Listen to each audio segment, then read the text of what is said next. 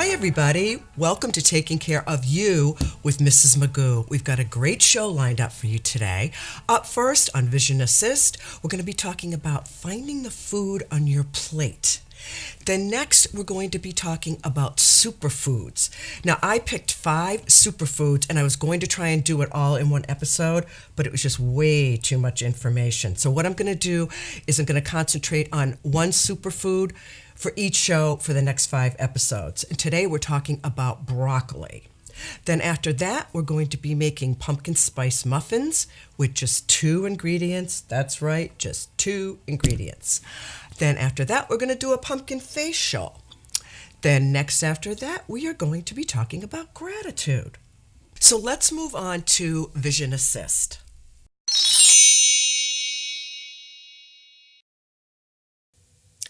Okay, finding and identifying the food on your plate.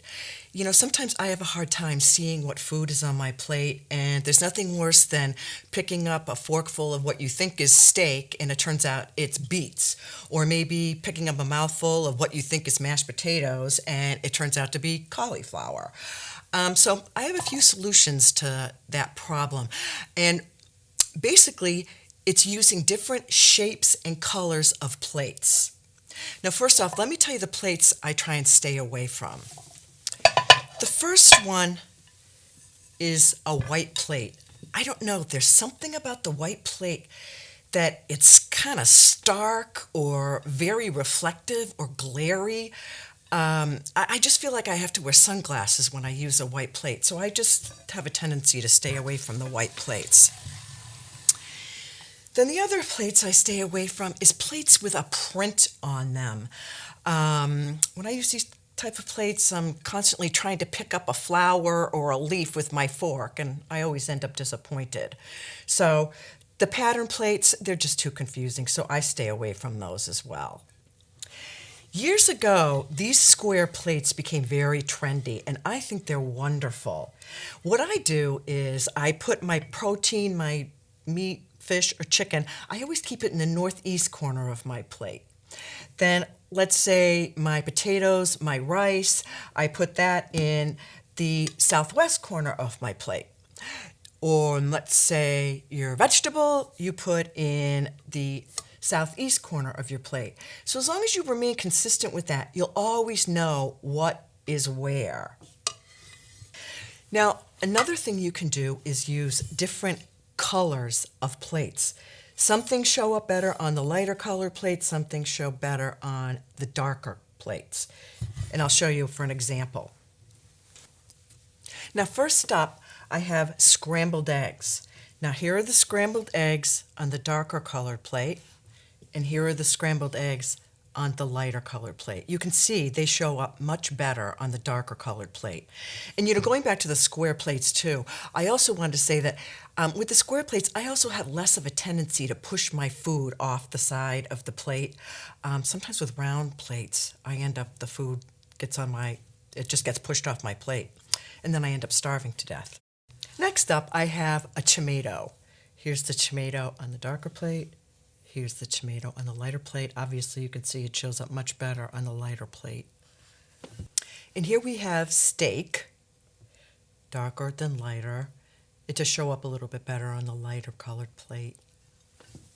And here, lastly, we have some blueberries and strawberries. Obviously, those show up better on the lighter plate as well. So basically, before I sit down to eat, I figure out what I'm having to eat, and then I think about what color plate it's going to show best on, either a lighter plate or a darker plate. And I know it's a small thing, but you know what? Anything to keep us out of that frustration zone. So up next, superfoods with the spotlight on broccoli. So what is a superfood?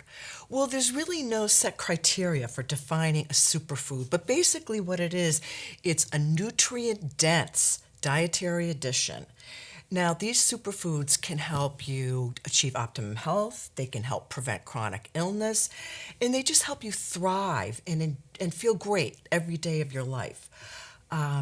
There's many definitions and lists of superfoods. So what I did was I chose 5 that repeatedly showed up on each list and that were also available in your local grocery store. So first up, I have broccoli. All green leafy vegetables are nutritious, but broccoli is really the powerhouse superfood. Broccoli contains calcium, which is good for building strong bones. It contains fiber, which is good for controlling blood pressure. It also has omega-3 fatty acids, which are anti-inflammatory, and also those cancer-fighting antioxidants. It also has vitamin E and vitamin C, and it also contains beta carotene. So your body takes beta carotene and converts it into vitamin A, which is fabulous for your retina. It also contains lutein, which is also wonderful for your eye health. I guess I should have eaten more broccoli growing up. But you know what, as a kid, I hated it. The way my mother cooked it, I think she must have boiled it or steamed it, but it was just awful. So in our house, if you didn't finish all your dinner on your plate, you didn't get dessert. So whenever I was served broccoli, I used to take it off my plate, put it in my mouth, then pretend I was coughing, and transfer it to my pocket. And I'll never forget, one night my mother said to me, "Did you eat all your broccoli?" And I said, "Well, yes, Mother, of course I did." But unbeknownst to me, there was a trail of broccoli going up the steps right into my bedroom. I had a hole in my pocket. But probably about 6 years ago, I started roasting broccoli, and I tell you, it is so easy and it's so delicious. All you have to do is break up your broccoli into florets, throw it in a bowl, put in a couple tablespoons of olive oil, and then salt, pepper, whatever seasonings you like. I use something called crazy mixed up salt. It's just a bunch of different seasonings. Then you mix it all up, throw it on a baking sheet. You put it in a 425-degree oven for 20 minutes, and it comes out all nice and crispy. It's not soggy. I just love it. So try it. Next up, we're making pumpkin spice muffins with just 2 ingredients. So, pumpkin spice muffins. The 2 ingredients you need is 1 pumpkin puree. This is a 15-ounce can. And make sure you get pumpkin puree, not pumpkin pie filling. The pumpkin pie filling comes in a much larger can than this, but, just make sure it's the puree. And our second ingredient is a spice cake mix. You're not going to be making the cake mix. You're just going to be using the plain, dry cake mix. So I've already made them. Watch this. Pumpkin muffins, yum. Okay, I have set my oven to 325. I have my pumpkin spice cake mix, which I have emptied into the bowl. It is just the cake mix. There's no eggs, water, oil, just plain, dry cake mix. And then I have my pumpkin puree. This is a 15-ounce can, and you want to make sure you get pumpkin puree, not pumpkin pie filling. The pumpkin pie filling comes in a much larger can than this. So before I empty the pumpkin puree into the cake mix, I'm going to take a tablespoon of the puree, and I'm going to set it aside. Because while the muffins are in the oven, I'm going to give myself a pumpkin facial. And more on that later. So now I'll just, and it won't affect the recipe taking a tablespoon out. So now I'm just going to empty this in here. And I'm going to start to blend it. Mix it up really well. Okay, I have my muffin tin pretty loaded up.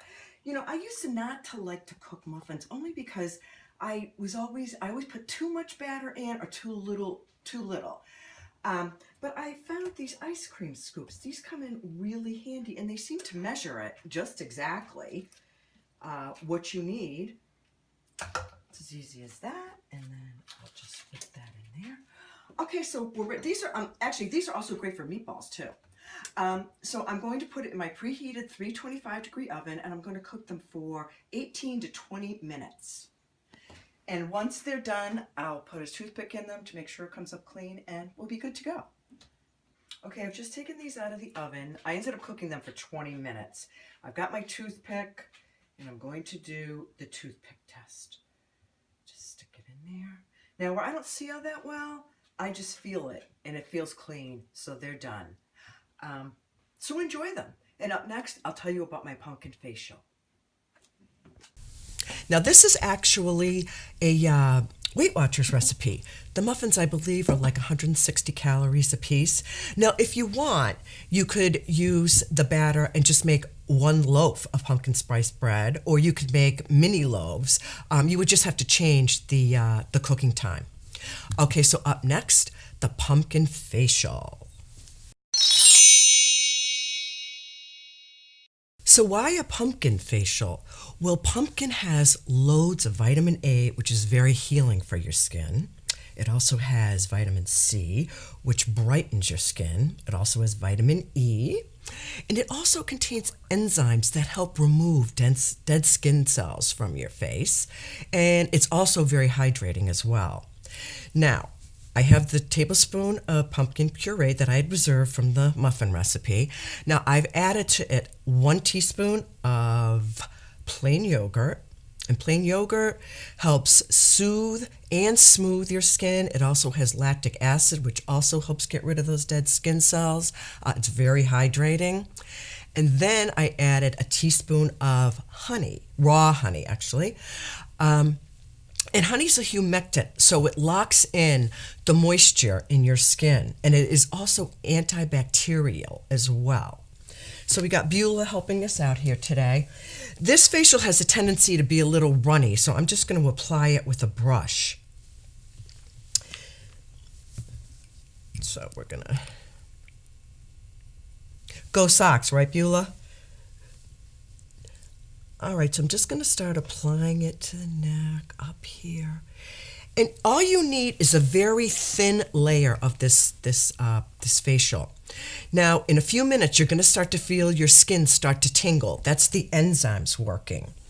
Now, you want to leave that on for 3 to 6 minutes, depending on the sensitivity of your skin. Then when the time is up, you're going to remove it. And you want to make sure that you use a face cloth, or I've got a sponge here. And you're just going to wipe it all off. And you don't want to just use your hands, because you really need a sponge or face cloth to lift up and get rid of all those dead skin cells. Okay. So there we go. We wiped it all off. And then you're going to follow it up with a moisturizer. And your skin is going to have this most incredible glow, and it's also going to feel amazing. Okay, up next, we're talking about gratitude. We talk a lot on this show about taking care of you. And one of the most important ways you can take care of yourself is learning how to control stress, anxiety, and depression. And one of the most effective ways to do this is through gratitude. Now, gratitude has a lot of great psychological effects. It actually helps combat depression, and it actually boosts happiness. And there's studies that show that this is really true. It also has some nice physical effects. It helps lower your blood pressure, helps regulate your sugar levels. Also helps with inflammation, and it also helps with sleep, because gratitude calms and soothes your nervous system. So there's a lot of different ways we can express our gratitude, but today I just wanted to talk about keeping a gratitude journal. So with the gratitude journal, you can write it in as often as you want. You could write in it twice a week, or you could write in it every day. But no matter which way you choose to do it, just be consistent with it. So here's an example. So let's see. I'm grateful for that beautiful walk I had on the beach this morning. And I might want to expand on that. What did I hear? What did I see? How did I feel? And, don't forget about all the little everyday things, too. I'm grateful that I have water to drink, to cook with. to bathe in, because a lot of people have to walk 10 miles just to get a measly little bucket of it. Let's see. And also, what you can do is you can take a blessing that you have and subtract it. Like, for example, what would my life be like without my husband? What would my life be like without my job or without my children? And I think once you focus on that, you kind of appreciate that blessing even more. Let's see. I am grateful for my rare intelligence. It's rare if I ever use any. But so anyway, you get the idea. Now, I kept a journal many, many years ago, and I stopped. And then I started it up again. And where I just can't write all that well anymore, what I do is every morning I set my alarm for 2 minutes, and I spend 2 minutes going over things that I'm grateful for. Actually, I started off with 1 minute, but I always went over. So now I'm up to 2 minutes, and I could probably move on to 3. So I just do that every morning religiously before I get out of bed. And, it's kind of nice because it's a great way of programming your mind to be positive. Sometimes I think however we start our day, whatever frame of mind we're in, it's indicative of how the rest of our day is going to go. So if you start your day all stressed out, well, your day is probably not going to go all that great. You start your day with a positive attitude, hopefully it'll just last through the rest of the day. So, if you're feeling blue or you're feeling down, take your gratitude journal out and start to write in it, because it is virtually impossible to be depressed and to be grateful at the same time. So it's a great tool. Well, folks, that's all the time I have for today. Our quote of the day is, "Be yourself. Everyone else is already taken." That was said by Oscar Wilde. Thanks so much for joining me today, and don't forget to take the time to take care of you. I will see you next time. Bye for now.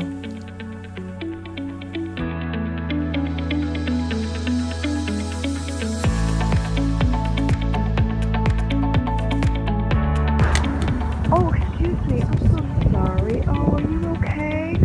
Oh, aren't you a cute little boy? Where's your mommy?